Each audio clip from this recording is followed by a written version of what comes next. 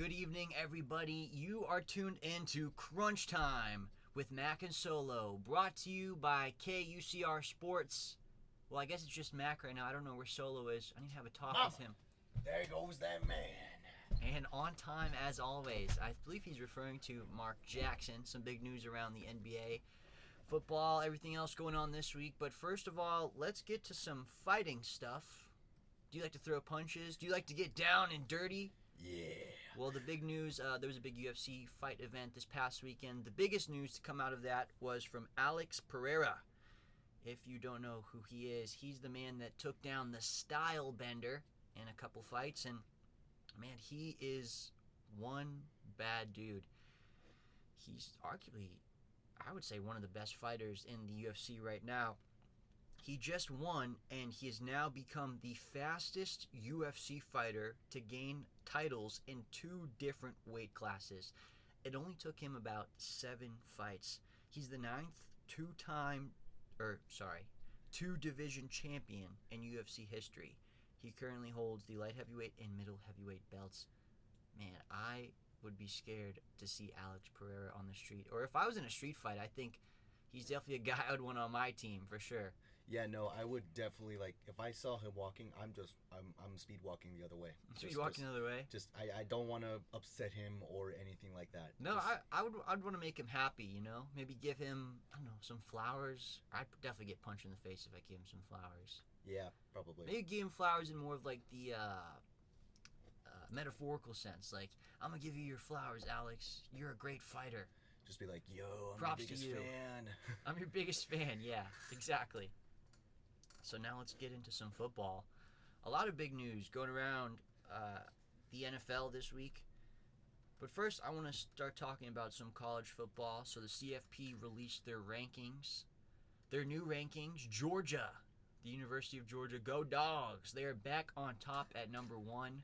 Ohio State at 2, and then sits Michigan at 3, and Florida State at 4. And just outside is Washington at 5 and Oregon at 6, and they only have 1 loss. And then, of course, a little bit farther down is Alabama, and they're probably the best 1-loss team in the nation. So it's going to be a fun playoff race as we get down to that time. You know, I'm looking forward to the CFP playoff this year. I'm going to be honest, I kind of wish the expansion happened this year instead of next year. You know, next year they're expanding from 4 teams in the playoff to 6. I'm pretty sure it's 6. So teams like Washington and Oregon would now be led into the playoff. Maybe it's 8. I'm not sure off the top of my head. I feel bad for that, but I think that's a good idea, just bringing in more competition. Yeah, it's a great idea. It's something that people have wanted for a long time, and they finally agreed on it. So I'm really excited. I just really wish it was this year. There's some great teams. Some big news is USC took another big loss, but they lost to Heisman hopeful Mr. Bo Nix out of Oregon. I'm hoping Oregon can make a playoff push, and maybe one of those teams on the top can take a loss or two, because Oregon is really good. A lot of the announcers think they're one of the best, if not most complete teams in the country. They have a great offense, defense, special teams. They've got the full package. So a couple of the games that happened this past week, Georgia dominated Ole Miss. Tight end Brock Bowers returns to get a touchdown. Georgia! How about them Dogs? How about them Dogs? BYU, I watched this game. It was televised. They kind of got stomped by Iowa State. They had 2 turnovers within the first 5 minutes of the game, BYU did. So no wonder they lost that game. Washington beat Utah in a really close game, but Michael Penix Jr., again, showing why he is a Heisman finalist. Some other big news that came out very recently is that Chip Kelly, head coach of UCLA's job, is on the line. This week they play USC in a rivalry game, and his job depends on the outcome of this game. To be honest with you, it's not really that big of a difference if he wins or loses. The rumor is that if they lose, he will be fired the next day, or maybe they'll pull a Herm Edwards like they did to him at ASU, and they'll fire him on spot right after the game. But if he wins, they're talking about letting him finish the season as the head coach and then firing him at the end of the season. Yeah, I feel like even if he wins that game, like you said, it won't make a difference if they just lose the other games. You know, it's Yeah. like he's only doing it just to keep his job. He's out of there. It's pretty much set in stone. Yeah. Now into some professional football. It was the week of returns. I before you bring that up, I did want to bring up. I watched the Texans game only a little bit, but the very in the little of the game that I saw, Kevin Harlan made a pretty interesting comment. See, Tank Dell, the wide receiver for the Houston Texans, was out on the field. He was just out there, and Kevin Harlan commentated, "They call him Tank because he had a big head as a kid." And I was like, "Excuse me, Kevin? Kevin? I don't know if you're supposed to say that." I love Kevin Harlan. For those of you that know Kevin Harlan, a great NBA announcer, just a great announcer in general. I know him most notably from the 2K games. That's where I kind of realized, oh, this guy is Kevin Harlan. He's always doing the play-by-play in the 2K games. He's got a really great voice. There's so much energy and character behind it. What an inspiration. I hope to be Kevin Harlan one day.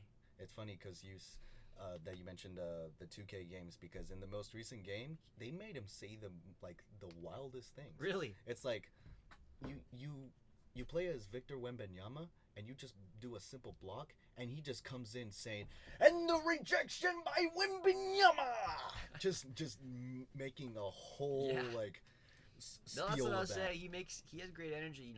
The NBA is definitely trying to play up Wembanyama, because you look at a guy like Chet Holmgren, who's similar build, putting up a lot of similar numbers. I would definitely say Chet has a lot better of a team around him. Right. So his scoring isn't as high as Victor Wembanyama's is, but the NBA media is really pushing for Victor. Rightfully so. He's something special so far. Yeah. Well, speaking back to the week of returns, David Montgomery, the running back for the Detroit Lions, made his return to the field after a couple weeks off with, I believe it was a hamstring injury. Those are tough. Those are always lingering injuries. He came back. They played the Chargers. That was a really close game. It came down to the wire. The final score was 41-38. Again, we talked about the Chargers last week, but I feel like if you put 38 points on the board, you should win an NFL game. That just means your defense is really lacking right there. They've got a great offensive firepower on both sides of the ball.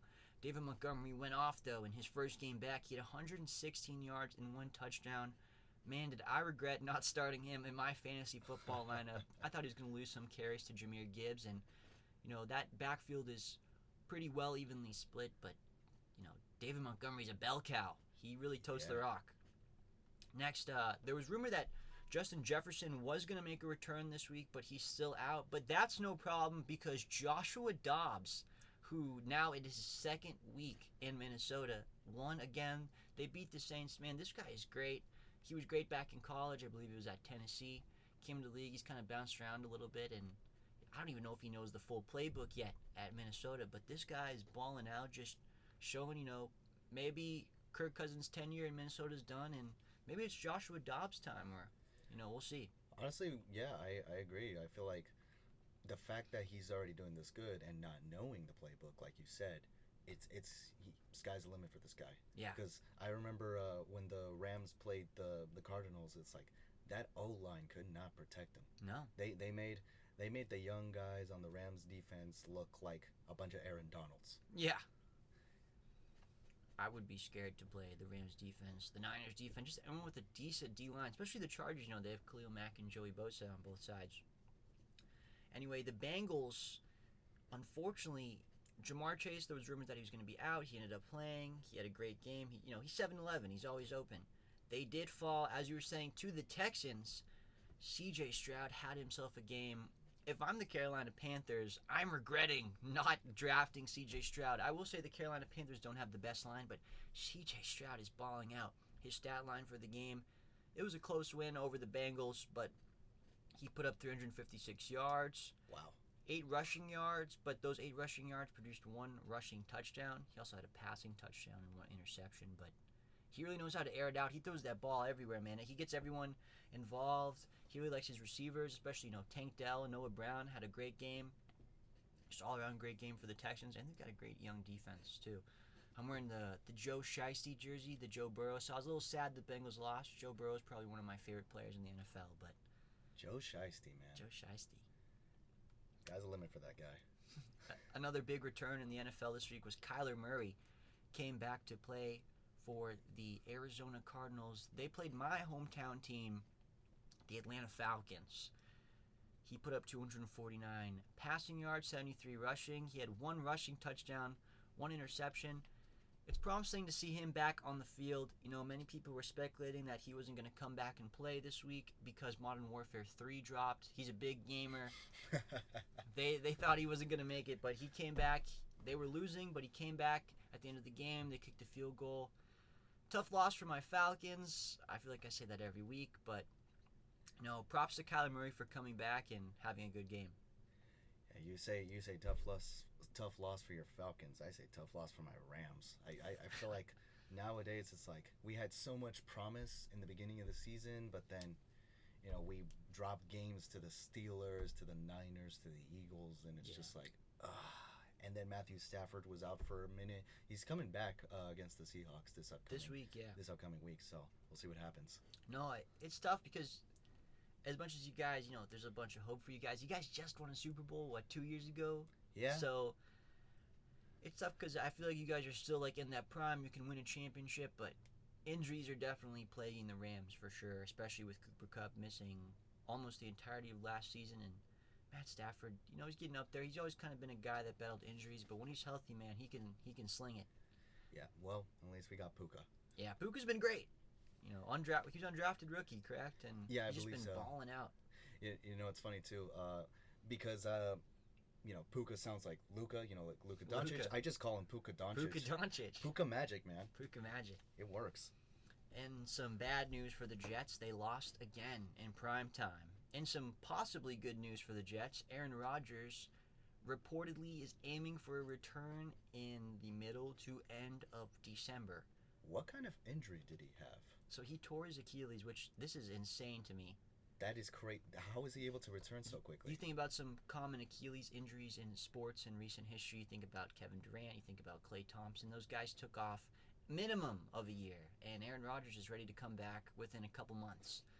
It's just kind of crazy. I'm going to get a little bit more into this in a couple minutes into the show. It's going to be part of my Mac Attack. Yes, the famous Mac Attack. The 2-minute rant that each of us go with, although mine is named differently. But you know. Well, yeah, we have our little rants, our little segments.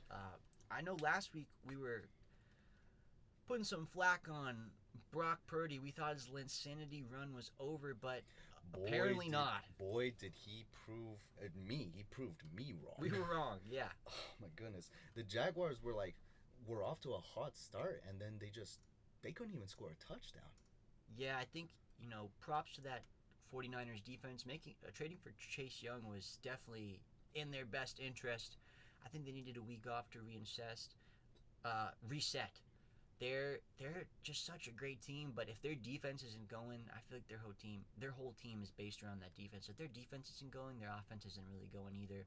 Brock Purdy, I feel like he's just like a classic point guard, especially now that Deebo Samuel's back. He just kind of dumps that ball off and lets everyone else make the play. They make the job easy for him. Like a traditional point guard. Yes, sir. But yeah, he definitely proved us wrong. He came back and balled out. That bye week was needed. Maybe he got rid of those concussion symptoms as well. Another rumor going around the NFL right now, this is kind of disappointing for me. The Patriots and Bill Belichick are expected to part ways at the end of the season. Another rumor coming out of the Patriots organization is that Mac Jones has unfortunately lost the locker room. Everyone's lost faith in Mac Jones. It's tough to see, but if you've seen his play as of recent, it's no surprise why. Understandable, yeah. Makes sense. Some terrible news. Deshaun Watson is out for the season.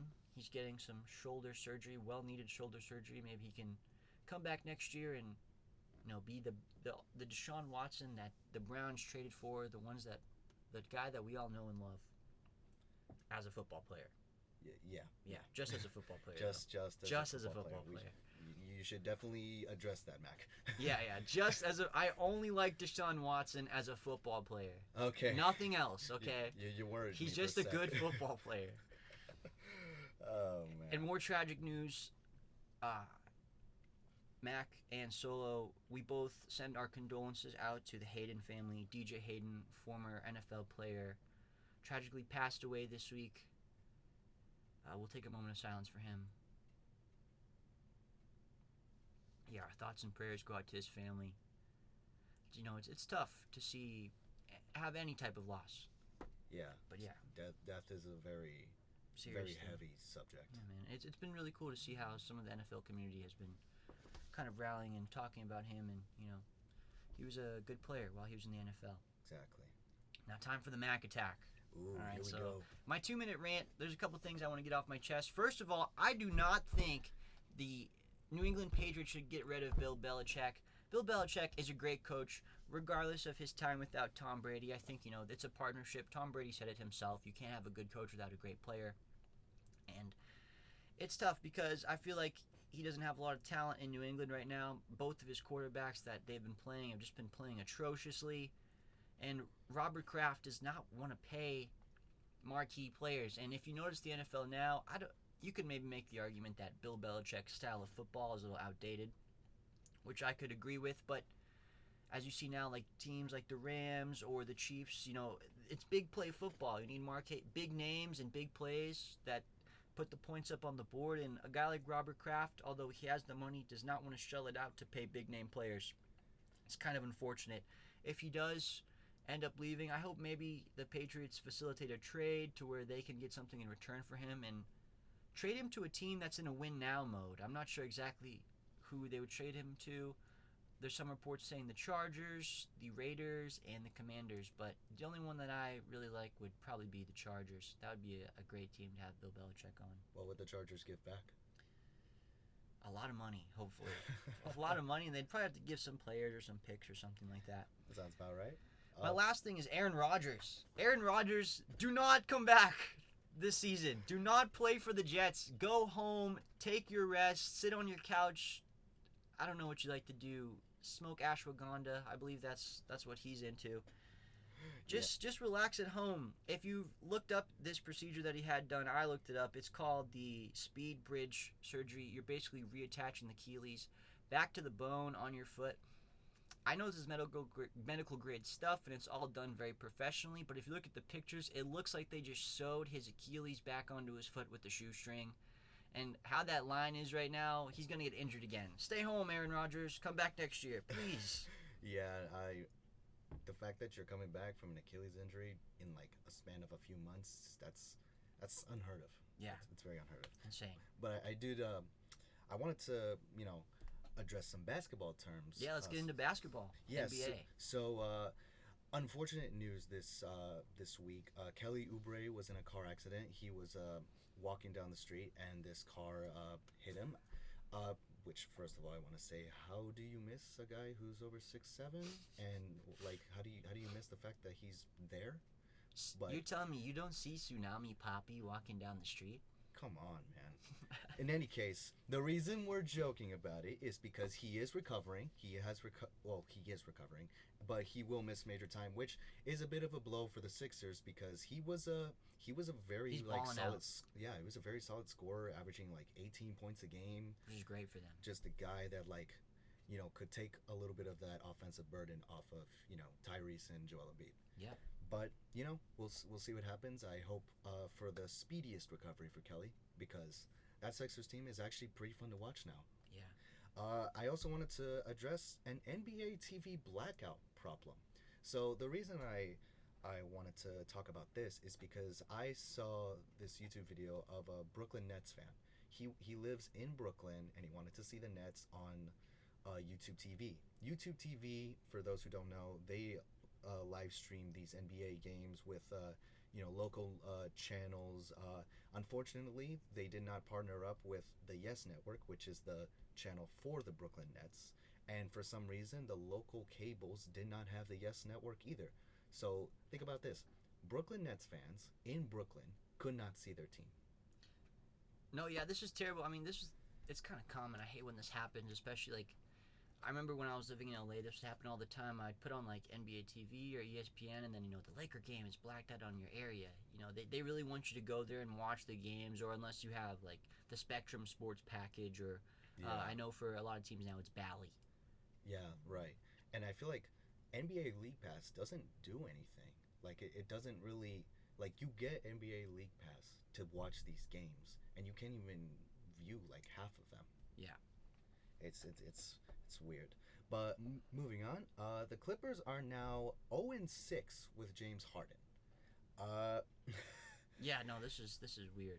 Terrible. Yeah, the Mavericks announcer Brian Dameris tore Harden apart earlier this week, saying, "You're not the beard, you're not the system, you're the problem," and it was just honestly, in my opinion, everything he said was correct.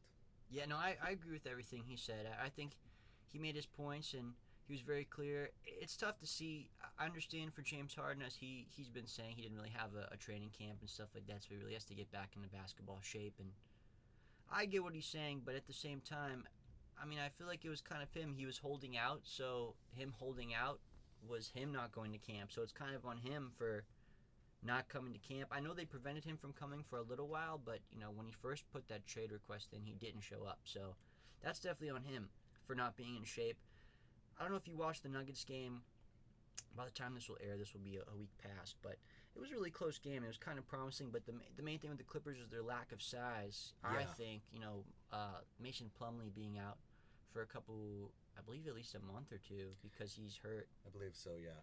But the big news with them is that Daniel Tice is to be bought out by the Pacers, and pending a physical, he will sign with the Clips. So there goes some added size for them. He's not a giant guy, but he can rebound. I believe he's like 6'10", 6'11". So I think Clippers fans would be ecstatic that they don't have to play PJ Tucker at center for 20 minutes. He was giving Jokic a tough time yesterday. I'm not going to lie. Yeah, but he's a big body. While I do think that Daniel Tice coming to the Clippers does help them with their size problem, it doesn't address the issue that their 4 stars are ball dominant, Yep. and Tyronn Lue has still yet to figure out a game plan that optimizes all 4 of them. Yeah, no, I agree. And so, speaking of records, the Warriors are currently 0-4 since Steph got injured, right? Yeah, that is. I guess it makes sense, the Warriors. Steph is that whole team, and he keeps their engine running, without. I know Draymond runs the plays and everything, but Draymond can get a little feisty. If you saw last week, he put Rudy Gobert in a chokehold for. Got ejected with Clay and Jaden McDaniels. I don't think Clay should have got ejected. I don't think Jaden McDaniels should have. Did he get ejected? I don't think he got. He got ejected too. He got ejected. I don't know. I feel like the Clay and Jaden McDaniels maybe could have gotten like flagrant ones, but Draymond definitely deserved the ejection. Draymond had no reason to put Rudy Gobert in a chokehold. He didn't even do anything. What they said was Rudy Gobert had grabbed Clay around the neck, and it did. From the angle they showed, it did appear that he'd do that. He wasn't trying to choke Clay. It looked like he was more trying to just pull Clay back from Jaden McDaniels. But from Draymond's perspective, he's a very aggressive guy. I definitely think he did take it too far, though. Yeah, I think so too.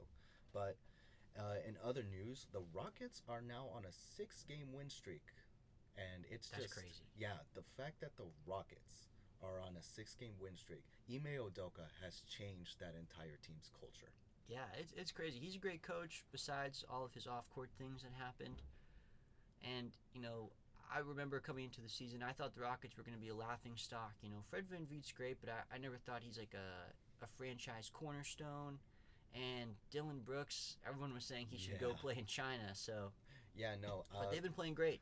As much as I don't really like Dylan Brooks, I can admit that, yes, he has been a very important cornerstone for the Rockets. Yes. Just being that veteran leader, the defender, and just all these young guys that they have on their team that are like willing to do whatever to win. Yeah.